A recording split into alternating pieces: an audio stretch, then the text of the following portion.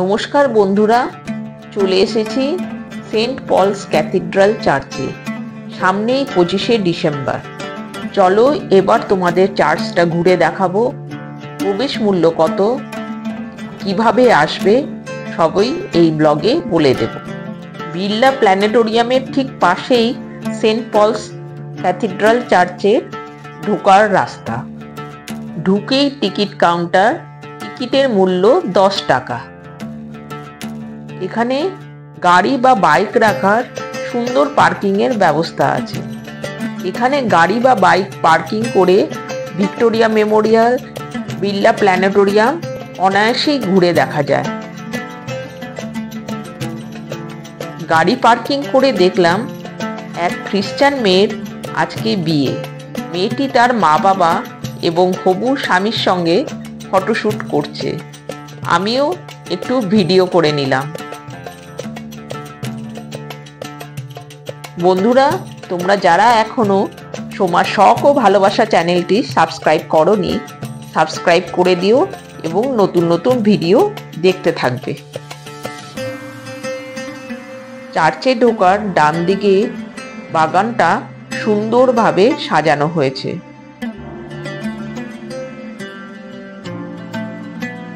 এখানে মোমবাতি জ্বালানো হয়।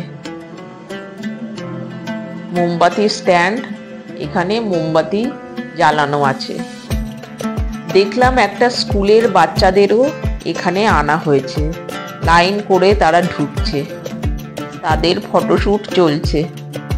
চার্চে ঢোকার দুদিকে সুন্দর পাতাবাহার গাছ দিয়ে সাজানো। এবার চার্চের ভেতরে ঢুকে পড়লাম। চলো বন্ধুরা, এবার চার্চের ভেতরটা তোমাদের দেখাই। তোমরা দেখতেই পাচ্ছ চার্চের ভেতরটা খুব সুন্দরভাবে সাজানো রয়েছে। আমিও ঘুরে ঘুরে দেখলাম এবং তোমাদেরকেও ভিডিওর মাধ্যমে দেখাবার চেষ্টা করছি। এই গির্জাটি নির্মাণ কার্য শুরু হয়েছিল 1839 খ্রিস্টাব্দে এবং শেষ হয়েছে 1847 খ্রিস্টাব্দে। কত পুরনো এবং কত উঁচু এই চার্চ দেখো, তোমাদের আমি ভিডিওর মাধ্যমে দেখিয়ে দিচ্ছি। বিয়ের বর কনে এখন প্রেয়ার হলের দিকে যাচ্ছে। মানুষও বিয়ে দেখার জন্য তাদের পেছন পেছন চলেছে। চার্চের ভেতর দেখতে দেখতে প্রেয়ার হলের দিকে এগোলাম। দেখো এই প্রেয়ার হলটা কত বড়। সামনে বিশপ মন্ত্র পড়ে বিয়ে দিচ্ছেন। প্রচুর মানুষ বসে বিয়ে দেখছে।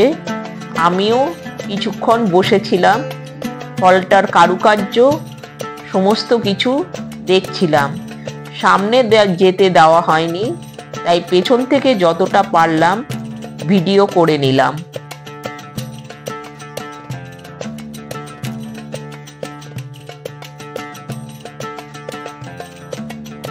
এবার প্রেয়ার হল থেকে বেরিয়ে পড়লাম। এখানেও দেখলাম সুন্দর করে সাজানো রয়েছে।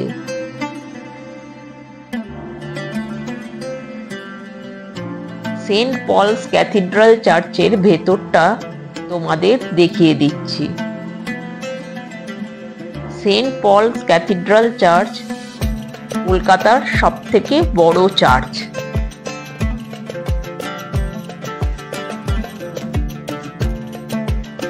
এবার চার্চ থেকে বেরিয়ে পেছন দিকটায় চলে এলাম।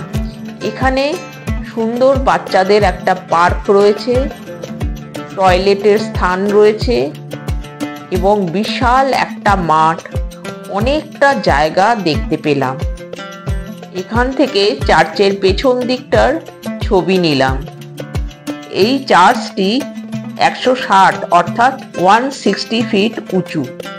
এই চার্চটি এশিয়ার টলেস্ট ক্যাথিড্রাল চার্চের মধ্যে একটি।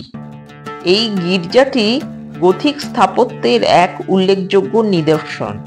এটি অ্যাংলিকান ক্যাথিড্রাল চার্চ। এবার চার্চের সামনের দিকে বাগানের কিছু ভিডিও নিলাম। সুন্দর সাজানো বাগান। এই বড়দিনের ছুটিতে অবশ্যই সেন্ট পলস ক্যাথিড্রাল চার্চে আসতে পারো। এটি সকাল 10টায় খোলে এবং বিকেল 6টায় বন্ধ হয়ে যায়। এখানে আসতে হলে মেট্রোয় ময়দানে নেমে একটুখানি হাঁটা পথ। শিয়ালদা বা হাওড়া থেকে পার্ক স্ট্রিটগামী বাসে করে বিড়লা তারামণ্ডলে নেমে একটুখানি হেঁটেই সেন্ট পলস ক্যাথিড্রাল চার্চে আসা যায়।